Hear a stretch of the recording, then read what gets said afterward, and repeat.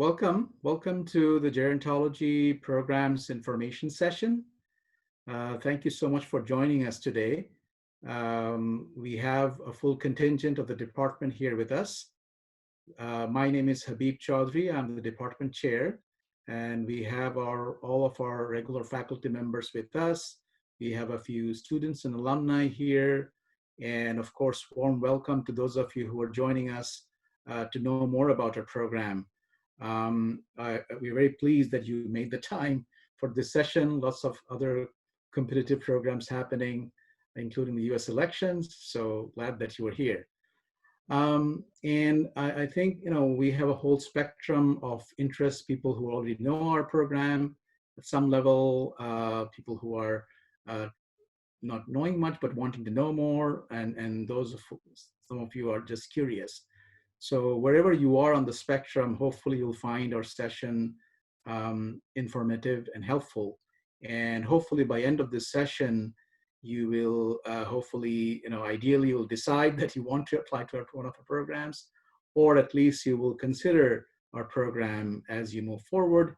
And please do not hesitate to contact us by email with any question that you may have beyond the session. So we have a great session. We have a packed session in front of us. I'm not going to delay any further. So we're going to move forward with the program agenda. So the overview of the programs is something we'll get started on with myself and Dr. Barb Mitchell, who's the graduate program chair.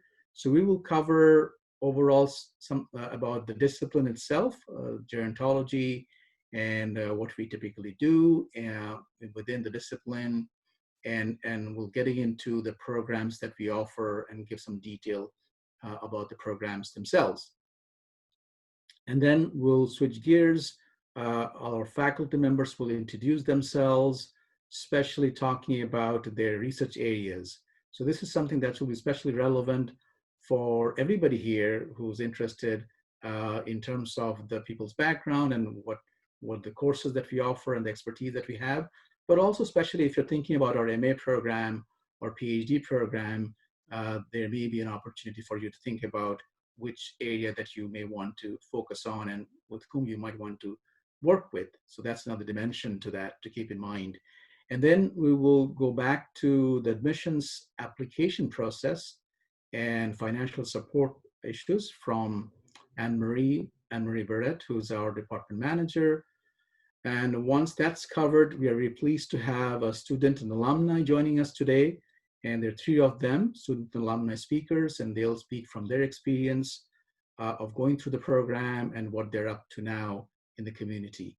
And then finally, we'll definitely have some time for Q&A. So with that, I'm going to get started with some background information. This is just to give the context that we all are aware of. We have an aging demographic.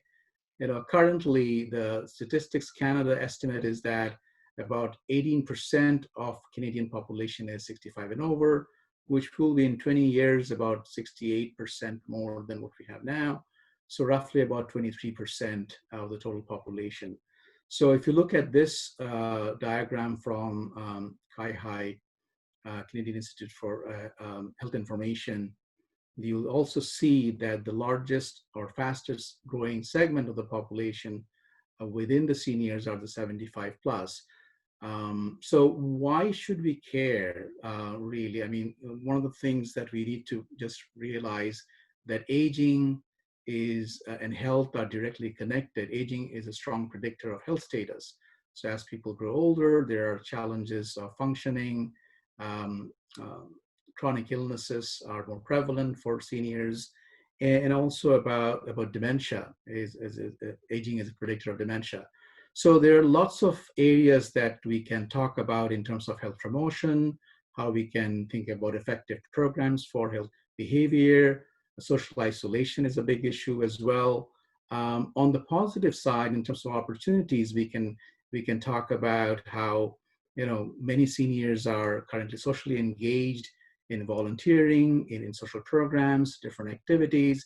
So what are the ways that we can support that and have greater civic engagement from them in different ways, either in mentoring, volunteering, and so on and so forth. So there's a lot of different topics and issues that are concerned there. And of course, recognizing that things are happening on the federal level, provincial level as well. So this is just showing, this graphic is just showing the fact that during the last few months, because of COVID, 72% of Canadians who died are in the seniors, or actually 80 and over. If you look at the 65 and over, it goes over 82% or so. So that's another issue that is of public discussion now in terms of how we can have long-term care reform, how we can reach out more effectively to people who are living in the community and so on. So a lot of different topics that are being addressed at the policy level, program level right now, at different city level, provincial level, and also federal level. So this is just giving the context of what gerontology is, which is something we can define as a study of the aging process and individuals as they grow from middle age through later lives. So I'll point out the fact that gerontology study not only about the individuals who are reaching certain age in later life, but also about the aging process. And also it starts not at 65, the process starts earlier throughout the lifespan, but from a research perspective, program perspective, from middle age onwards, typically. The field includes the following. It's a study of physical, mental, and social changes in older adult as they age. It's also investigation of changes in society resulting from aging population. So the first is more about individual aging, physical, mental, social level, but also we're interested in at a population health level at the same time. And all of these information, knowledge can be applied for effective policies, public policies, effective programs, services, and so on. So one of the interesting things about gerontology is it is a multidisciplinary field, as most of you are probably aware of. That includes social sciences, health sciences, basic sciences, and X and Y. And as you will see, once you get to hear the faculty talking about the research areas, you will see the diversity of what people are interested in and what their research areas are. And this is the fascinating aspect, that this is the multidisciplinary field, meaning that you can have a background in X, in engineering or economics or you name it, you can become interested in gerontology and come into the field. It's a much more wider platform to bring in people from different disciplines and backgrounds. Finally, on this slide, just to make the distinction that we call ourselves more in social gerontologists, social psychological aspects of aging and people who are in later life and policy and programs, as opposed to geriatrics, which is on the clinical and medical care of older adults. So why is the field gerontology important? Obviously, something I just talked about, touched on, the whole list of issues. We can go on, but we have provided a few here. Of course, we talked about the population aging as a backdrop, aging of the baby boomers. 2011 was the year when the first wave of baby boomers started to hit the age of 65, and this is going to continue in waves in the coming years and decades. So the issue of aging society as individual level, demographic level, is going to grow in the coming years. Increasing prevalence of dementia. Obviously, dementia is connected with aging, and especially people who are 80 and over. So that's another whole area in itself. Innovations in housing, support services, technology. There are actually three areas right there. You can look at services, you can look at housing, you can look at technology, and get into any of those sectors independently. Healthy communities is a whole big area in itself. There have been a lot of interesting work, both from a research side and policy side on, for example, age-friendly communities and healthy communities in general, but also the new work being done and promoted about dementia-friendly communities as well. Family relations, caregiving, huge topic, social support, social network, caregiving aspects, so that's a whole another area as well. Ethnocultural diversity, especially within the context of Canada. and the metropolitan area, this is definitely a major issue of any program service that you can think about. We have to consider the ethnic diversity among the seniors population. From an advocacy perspective, there's also a host of issues. Yeah, ageism is the last ism, so to speak, that's still prevalent in many ways, and more than we realize that are out there. There are a number of organizations that have taken up advocacy about ageism, but also about issues about dementia and a whole challenge about the stigma connected with dementia. So why should you care? So with that backdrop, just that we covered in the last slide, this is a growing and diverse and stimulating field to work. So just starting from the federal government level in 2018, there was this Minister of Seniors. That's a new office that has been going on for the last couple of years. Within the province of British Columbia, there has been discussion for some time about a Minister of State for Seniors. In the recent times, again, from a political perspective, the current government is talking about how this should be revamped in supporting senior sector work. So this is coming down from above, but also from community level. There's a lot of organizations that are getting into senior services, expanding professionals who have the background in gerontology. So we need more gerontologists, we need more healthcare professionals, social scientists, and social support workers who are knowledgeable about the seniors population. So if you are interested, definitely you can become a practitioner, service provider, policymaker, you can do research, and you can make a difference. So I would want to point out the making a difference aspect. This is a field where people come into with a passion, with a mission, with the calling, if you may, that your work can benefit individuals, especially who are seniors and their care partners. So there's expanding career opportunities there. And the last 2 points are more on a personal and family context, that knowing gerontology, getting into gerontology is a way to understand and support our own senior members of the family. And finally, it's a way of knowing our own selves and self-evolution and progression at an individual level. Are you suited for a career in gerontology? Yes, if you are interested either in any of these points or a combination of that, if you enjoy working directly with seniors, and that's primary passion for many frontline workers, many workers who are working directly at many levels, either in the community or at a care setting, directly working with seniors. Or you might work in a field, work in a setting where that impacts older adults, may not be directly working with seniors per se. You may be interested in the research side of things. You may create your own job because this is an innovative growing field. You may find your own niche, and you can have your own company, so to speak. You may want to get into advocacy and policy work as well. So there's a whole host of opportunities there in terms of career in gerontology. So where do our graduates work?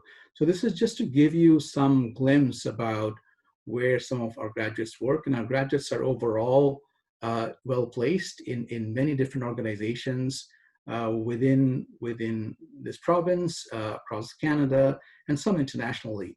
So these are, again, some examples. Many of our graduates work in service or care provider organizations like assisted living, long-term care facilities, adult day program directors.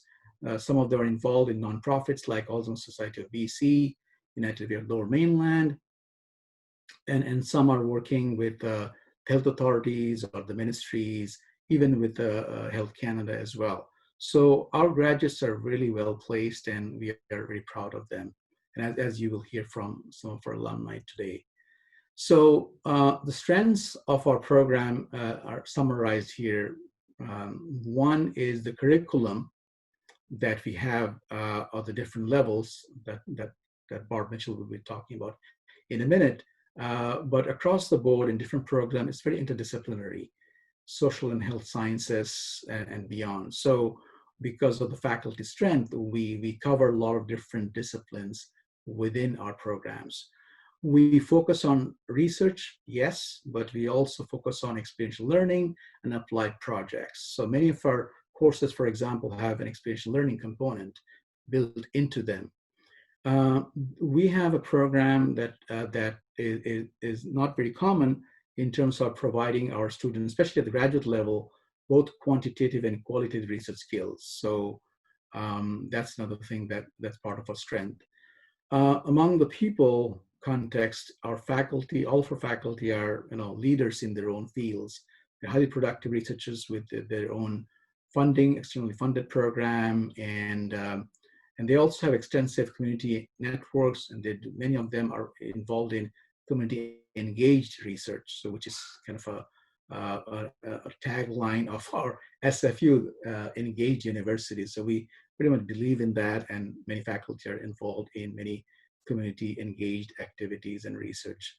So one of the strengths that we have is we are a smaller unit within SFU, and by virtue of that, we're able to give higher quality interaction with the students, both in terms of the size of the classes and the interaction that we have from faculty and staff with the students. Very supportive learning environment from both faculty and staff. And we are very proud of our students and alumni, because of our size and because of our faculty caliber, we draw good caliber, high caliber students, and who are committed as they come in. And again, you'll hear from our current student that we have a cohesive and supportive social environment with an active graduate caucus, and again, excellent and supportive alumni. We keep in touch with our alumni, not only keep in touch, but they're engaged in a number of our programs and activities. So with that, I'll pass it on to Dr. Barb Mitchell to talk about the programs. Okay, Barb, over to you.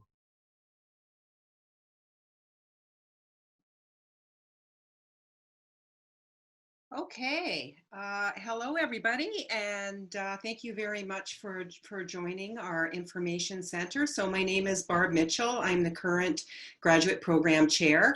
I'm just going to be highlighting some of the features of our programs of study. So if you want any additional information at all, please don't hesitate to reach out to me. You can email me. You could even set up an individualized Zoom meeting if you're not too zoomed out.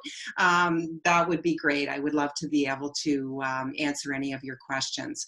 So I'm just going to give you a little bit of an overview of three of our main programs, the what we call the PBD in gerontology, the MA in gerontology, and our PhD program. And we also have a minor in gerontology.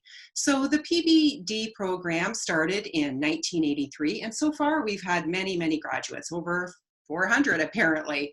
And we've also started a Master's of Arts in Gerontology program, and that was back in 1996. And we've had more than 100 graduates of that particular program. And so that's actually the largest program in all of Canada. There's other programs at the University of Waterloo, for example, and McMaster, and I think Sherbrooke has a program, but we are considered the largest in Canada, even though we are a relatively small unit, as Dr. Chaudhary mentioned. We also have the relatively newly launched PhD program in gerontology, and so that was launched in 2009. We currently, I think we actually have a couple more students than that. I think we have about 4 students now and two graduates. And so recently, for example, our most recent graduate was Laura Katawaki, and she just defended her dissertation in the fall, and her research focused on a critical analysis of continuing care systems, which is obviously a very important and timely issue. So next slide. So the PBD in gerontology, again, in keeping with our department, is very interdisciplinary. So we bring in lots of different disciplinary backgrounds. And that's really geared towards those who have an undergraduate degree. And you may already be working with seniors, or you would really like to work more with seniors. And that's a full-time program of 1 year. And many of our students have also done it part-time, especially for those who've been working and want to be able to do studies while they're employed. And we also offer many courses online, so that's also really great for people that are working and maybe want to do something online and in the evening. And we also have a practicum component for that. And so that would include a volunteer or unpaid kind of a position that would provide services to older adults, or services or organizations that provide some type of caring for older adults. So if you are interested in that, you can apply directly to the MA once you've completed 2 to 4 courses with a minimum B+ average. And I'll talk about the MA program in a minute. So next slide, please. All right, so what is required of the PBD program? Well, there's 5 required courses: Intro to Gerontology, Research Methods, Sociology of Aging, there's a seminar in Applied Gerontology, a course in Psychology of Aging, and then you can also take up to 5 elective courses in aging. And so that could be in a number of different areas. So for example, I offer an undergraduate course in Families and Aging, we have courses on Death and Dying, culture and aging, and so on. The average completion time is usually around 1 to 2 years, and we admit 10 to 20 students per year on that particular program. So next slide, please. All right, so we're going to turn now to our graduate program. So I'll talk a little bit about the MA program as well as the PhD program. So again, the MA program is a very focused kind of a program that would provide you with great interdisciplinary training, applied and basic research skills. And so we have courses in theory and research methods, as well as various substantive areas. And so you would be taking courses in research methods, and then you could take other electives as well. And for example, a program evaluation, that's a popular course, but we have a lot of courses that may be of interest to you. And in this program, we really try to tackle timely and exciting emergent kinds of issues, as well as policies and programs that may directly be of relevance to older adults. So for example, I recently, well, I guess it was a couple years ago now, had a student who completed her MA who analyzed work-friendly programs for caregivers who were trying to balance the demands of paid work and unpaid work in terms of caregiving. All right, so we'll go to the next slide. And so we have 2 main thematic areas of focus for the MA program. So that would include environment and aging and health and aging. So environment and aging is really going to have a strong emphasis on the built environment, on older adults' quality of life in their home, in their neighborhood, long-term care, so a whole wide variety of different communities. So Dr. Chaudhary, for example, had mentioned age-friendly communities, and so we might be interested in really thinking deeply about ways that we can make our communities more inclusive for people of all ages. Our second stream is that of health and aging, and that would provide knowledge that can be used for research, evaluation, and critical analysis of our healthcare system and of specific health promotion strategies. So for example, you might be interested in things like chronic illness management. And again, health and well-being is a very broad, multi-dimensional kind of a concept, but yeah, really geared towards things like health promotion and as well intervention and creating better kinds of services for our healthcare system. Okay, go on to the next slide. All right, so now we're going to turn to, okay, so if I'm in the MA program, what would that be like? Well, in year one, you would take 2 to 3 courses typically per semester. And so there's a couple of different streams that you might be in. So we have the thesis stream, and I'll talk about that in a minute and give you a few examples on that. And we also have the capstone project stream, which is a little bit newer in terms of our program, and it's been really successful. And so I'll give you some examples of what that might look like in a minute. And then there would also be some kind of an internship. And that internship then again would be some kind of a volunteer or paid work experience that would really provide students with additional skills and experience with respect to being in some level of a position of responsibility that you might actually want to take on once you graduate from the program, involving a service or organization geared to older adults. In your second and third year, and I'd say most students are completing the program in 2 to 3 years. The capstone, maybe more like 2 years, would involve some kind of independent research program under the direction of a supervisor. And so all of our students have a senior supervisor, they have a committee, but the senior supervisor would be the person who is mainly would be shepherding you throughout the program. And then there would be a defense of the thesis or capstone project. And we typically let in about 5 to 7 students per year for our MA program. And sorry, my dog is barking there. Okay, next slide.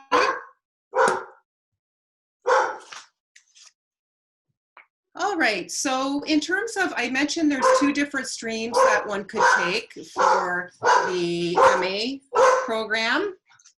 We're just going to remove the barking dog. She's actually quite cute, but we can't have her disrupting us here. So let's see here. We've got the capstone project, which would involve 7 courses. So if you're in the capstone stream, you would take more courses. Again, that would include the internship. And then you would be coming up with a proposal in conjunction with your committee. And that proposal would only be presented to the committee only. It's not like a major public event. And then you would be defending the capstone project from a number of different options. And so, for example, you could do a critical synthesis of theoretical and or research literature on a very focused topic.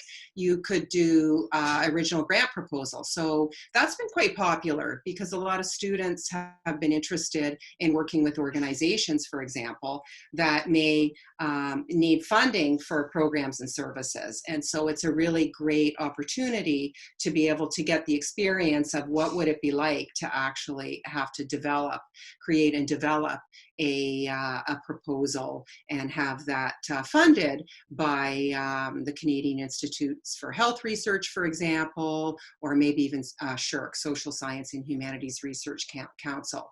Another option for the capstone might be the development of a new program intervention or some kind of a program evaluation or some kind of a critical analysis of a policy related to gerontology. Okay, next slide, please. And the other option would be a thesis stream. So the difference with the thesis stream is mainly that the thesis would involve, it would be less kind of circumscribed and focused, and often involves the collection of primary data. So in other words, you're out there, you're collecting your own data for your own study, and clearly that takes a lot more time, it's more work intensive, and so it's not that a thesis or a capstone one is necessarily better or worse, it's just that they would offer you different sets of skills in terms of, you know, what you feel that you need from our program in terms of your own career development. And so here we have our 5 courses. Again, the internship, you would be creating a proposal, and then you would be having to defend that on a more public level, and then the writing up of that thesis. And that's original and innovative, and defending that. And then you would be complete all of your requirements for the MA program. All right, so that gives you a little bit of an idea of what goes into our MA program. So I'm now going to shift gears a little bit and go into our PhD program. So PhD program, again, providing advanced research training in gerontology, interdisciplinary, and you're also able to delve into current and prospective substantive areas. And we have students doing some really interesting research in that area. So I have a PhD student right now who's actually interested in older immigrant Punjabi women living in the Metro Vancouver area and mental health issues. And so we have other people working in long-term care. We've had other graduates working on older drivers and so on and so forth. And so here there could be a range of research methods and statistical techniques. It could be more qualitative, it could be quantitative, it could be maybe building upon a more of mixed methods, so combining quantitative and qualitative analysis, or doing document or policy analysis. And really the goal here is to have some level of knowledge translation, where we want to translate research into practice and policy. And so really making our research relevant to people out there in the community who really want to improve the lives of older adults. All right, so next slide. All right, so just to give you a little bit of a synopsis of our program structure. So in year one, then you would be taking your courses, and so that would be 2 to 3 courses per semester with the 5 required courses. So there are there's a total of 5 required courses, and so there are going to be some courses that you'll need to take in research methods and theory, and then you'll also be able to take some electives as well. There's also the writing of 2 comprehensive exams. So the purpose of writing a comprehensive exam as a PhD student is to really help you to develop some level of breadth of knowledge and a greater expertise in your own area of study. So whereas your dissertation is probably going to be a lot more focused, this is going to give you an opportunity to branch out and situate your PhD research within perhaps larger issues related to theory, methods, and applied areas of significance. And so of course that's all done under the supervision of your committee. And then in years 4 to 6, you would be completing and defending your final thesis.